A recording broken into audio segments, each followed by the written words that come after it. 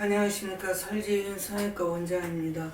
오늘은 이마 거상은 하지 않고 안면 거상, 목 거상과 함께 사각턱 수술만을 원하시는 분이 계셔서 제가 이 수술에 대해서 설명을 수술 전에 얼굴을 같이 이용해서 설명을 해드리도록 하겠습니다.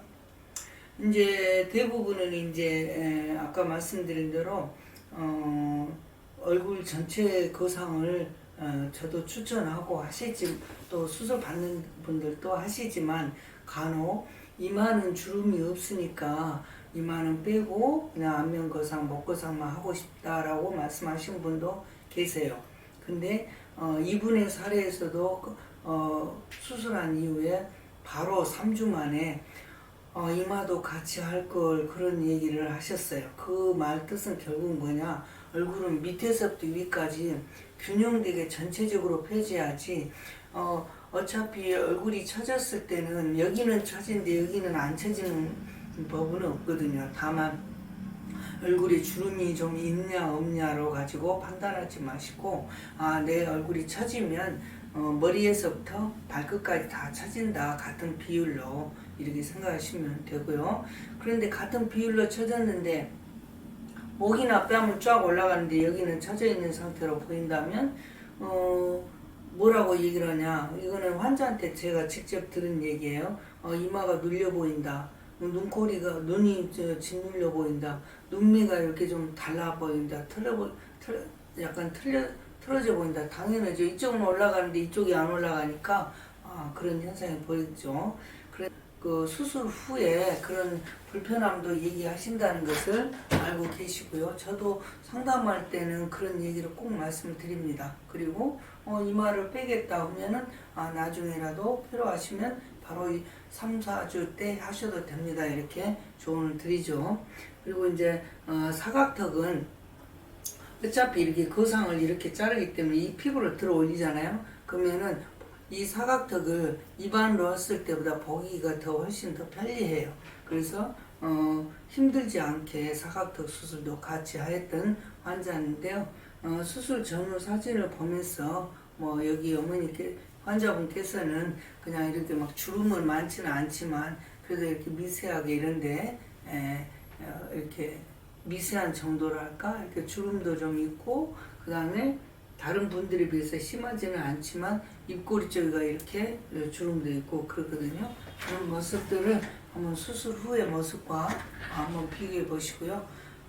제가 말씀드린 대로 제가 이런 사진들은 전부 다 옛날에 그 유튜브에 올렸던 것을 지금 다시 수정 작업으로 다시 올리고 있습니다. 그 이유는 수술 후에 내가 이 수술에서 어떻게 변했다라는 수술 후에 치료 경험담을 설명을 하면은 의료법에서 허용되지 않는다고 해서 그냥 수술의 과정과 그리고 수술의 효과, 그리고 물론 부작용은 여기서 설명을 해드리지만 그런 것들을 좀 더 구체적으로 알고 싶으시면 여기 나와 있는 전화번호나 문자로서 저한테 질문 주시거나 아니면 댓글로 질문 주시면 객관성 있는 답변을 해드리도록 하겠습니다. 여기 오늘 소개해 드리신 분은 이마에 주름이 없다고 해서 이마는 빼고 전체적인 안면 거상과 그리고 옆에서 모습은 안 보이지만 사각턱 수술을 원하셔서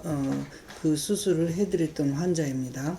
그러면 여기서 이제 입꼬리 쪽에 이런 주름, 이런 것들, 그 다음에 주름 자체는 이렇게 볼이나 이런 데는 심하지 않으세요. 그 다음에 목에서 이런 깊어지는 주름, 항상 처져 내려오면 이 목에서 가로로 되어 있는 주름도 깊어진다, 이런 것을 말씀드리고요.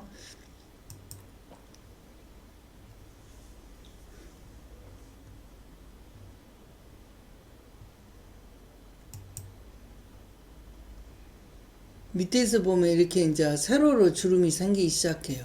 그 다음에 그 세로로 생긴 주름과 주름 사이는 이렇게 꺼지듯이 이렇게 홀처럼 이렇게 들어가 보이거든요. 그리고 이제 처져 내려오면 이쪽에 이렇게 살들이 양옆으로 이렇게 되는데 수술한 이후의 모습을 한번 보시면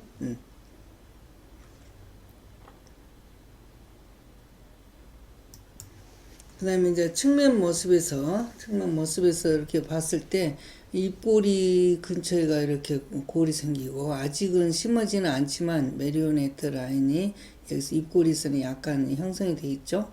그다음에 턱선 라인에서 이분이 이제 이 사각을 싫어하는 거예요. 그래서 사각이 여기서 좀 부드럽게, 저는 귓볼에서 앞턱으로 이렇게 일자가 되듯이 이렇게 오는 거는 별로 좋아하지 않아요. 항상 약간 곡선형의 이미지를 갖는 것을 저는 그런 스타일로 수술을 하거든요.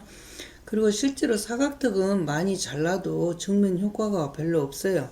사각턱은 옆모습에서 턱선의 변화가 부드럽게 곡선형의 이미지를 주는 것 정도로 만족을 하는 것이 중요하다. 그것이 맞는 거다. 정면과 45도에서 내 얼굴에서 모습이 불만이다 라고 생각하신다면 그거는 광대가 원인이다. 그래서 광대뼈 수술은 정면과 45도 방향에서 보여지는 얼굴형 이미지 또는 느낌을 좋게 해서 뭐 부드럽게 보이게 한다, 여성스럽게 보이게 한다, 고급스럽게 보이게 한다, 뭐 그런 여러 가지 표현을 주는 것이 이 광대뼈예요. 턱은 그냥 옆모습에서의 부드러운 곡선, 이런 개념으로 생각하시면 되고요. 측면에서 대부분 이제 이런 각을 많이들 싫어하시는 것 같아요. 근데 이제 이런 사각턱도 그렇지만, 특히 사각턱에서는 출혈해서 조심해야 돼요. 얼굴 뼈 수술을 하면서 되게 출혈 때문에 숨쉬기가 힘들어지고, 심한 경우에는 불미스러운 일까지 오는 것이 있죠. 왜냐하면 여기에서 이쪽으로 이렇게 가는 동맥이 이렇게 올라가요. 이렇게. 그렇기 때문에 또 이 딱 뼈 아래쪽으로 이렇게 올라가기 때문에 이 부분이 수술 부위이기 때문에 굉장히 수술을 섬세하게 잘해야겠죠. 저희 병원 같은 경우에는 저도 안면 윤곽을 굉장히 오래 했고, 또 그런 부분에 굉장히 자존감을 갖고 수술을 하고 있지만, 항상 수술하고 나서는 환자가 피오스 피주머니도 안 달 정도로 수술 상태가 깔끔해야 수술한 이후에 환자가 지내기도 편하다. 이거는 정설이에요. 정설. 완전히 맞는 얘기예요. 그래서 저희 병원에서는 그런 거를 굉장히 강조하는 그런 병원이고요. 그래서 부작용으로는 출혈, 그 다음에 안면 거상에서는 뭐 이런 데 가서 흉터라든가, 그리고 또 염증이 생겨서 뭐 다시 한번 치료를 해야 되는 기간이 필요한다든가, 물론 그런 것은 치료하면 끝나니까 별로 문제가 되는 것은 아닙니다. 다만 신경 손상으로 해서 얼굴이 마비 현상이 와버렸다든가 이런 것들은 조금 문제가 되겠죠. 그러나 이제 간혹 가다가는 원래 안면신경이라는데 여기 안에 들어가 보면요, 신경하고 같이 그 실핏줄 같은 혈관이 따라가는데 간혹 가다 그곳에서 피가 나는 경우가 있어요. 그래서 좀 압박을 해주거나 그러면 지혈이 되는 경우도 있는데, 그렇지 않은 경우에 이제 살짝 지혈을 한다는 게 그 신경에 자극이 가가지고 보통 뭐 한 달 정도, 이렇게 한 달 이상 이렇게 회복이 좀 늦게 돌아오는 수가 있는데, 대부분은 뭐 잘라버리는 수술이 아니기 때문에 뭐 6개월 이전에는 다 돌아오고 있습니다.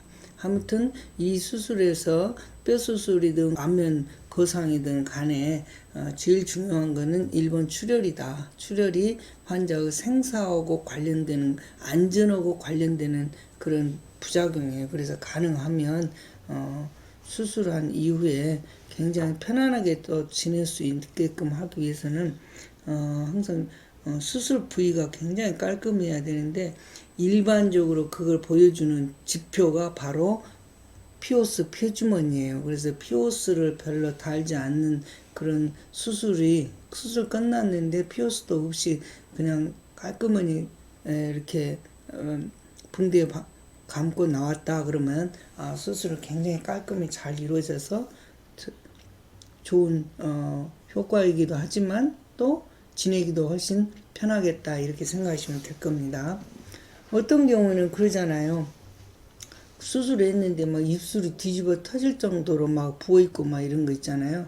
그 자체는 수술에서 테크닉에서 떨어지는 거거나 아니면 출혈 때문에 그런 현상들이 오는 거라고 생각합니다. 그래서 그런 출혈에서 굉장히 깔끔한 수술이 첫째는 지내기가 더 편하게 지낼 수 있는 조건이 되고, 두 번째는 안전을 보장할 수 있는 조건이 된다, 이렇게 생각하시면 되고요. 그래서 거상과 그리고 사각턱 수술을 할 때 부작용으로 출혈에 대해서 강조를 많이 저는 합니다. 여기서도 보면, 이렇게 보면요, 얼굴 살이 처져 내려오면 목하고 이 뺨하고 이런 데 구분이 잘 안 돼요. 이렇게 높낮이가. 그래서 거상을 잘 해놓으면 이 턱선이 이런 데처럼 딱 이렇게 완전히 이렇게 뚜렷하게 나타나 보이거든요. 그런 것이 수술의 효과다, 이렇게 생각합니다. 오늘은 안면 거상과 이마를 제외한 안면 거상과 그리고 사각턱 수술을 동시에 수술했던 환자의 사례를 여러분께 소개해 드렸는데요. 여기서 확실한 수술의 과정이나, 물론 이 수술의 과정은 저는 모든 그 사진으로 사진도 빨리 돌리면 그게 영화같이 움직이듯이 보이잖아요. 근데 하여튼 수술 사진이 카메라 우리 찍는 직원이 있어가지고 수술 내용을 많이 이렇게 과정을 전체로 기록으로 남기거나, 또 어떤 특정한 부위에서는 그 동영상으로 촬영해서 환자 여러분들에게 이렇게 드리는데, 그거는 제가 두 가지를 목표로 하고 있습니다. 첫째는 환자가 나중에 그 자료를 보면요, 내가 수면 마취 동안에 이런 수술을 했구나, 참 대단한 의사구나, 그러면서 이런 수술을 받으면서 안전하다는 게 정말 대단한 수술을 하는 의사구나라는 의사에 대한 신뢰도를 주는 것 같아요. 두 번째로는 환자분이 궁금할 때 설지현 성형외과 이외에 다른 병원에서도 질문을 할 때 아무 근거 없이 질문한 것보다는 수술의 내용과 핵심적인 부분에서는 촬영된 그런 동영상, 이런 것들이 수술을 판단할 수 있는 기준이 되기 때문에, 그래서 저는 항상 객관적인 그런 판단, 즉 말해서 객관성 있는 그 정보, 그리고 정보 제공, 그리고 객관성 있는 답변, 이런 것들을 굉장히 저는 중요시하기 때문에 여러분들께서도 그런 자료를 갖고 가실 수 있다는 것이 굉장히 도움이 된다고 저는 생각합니다.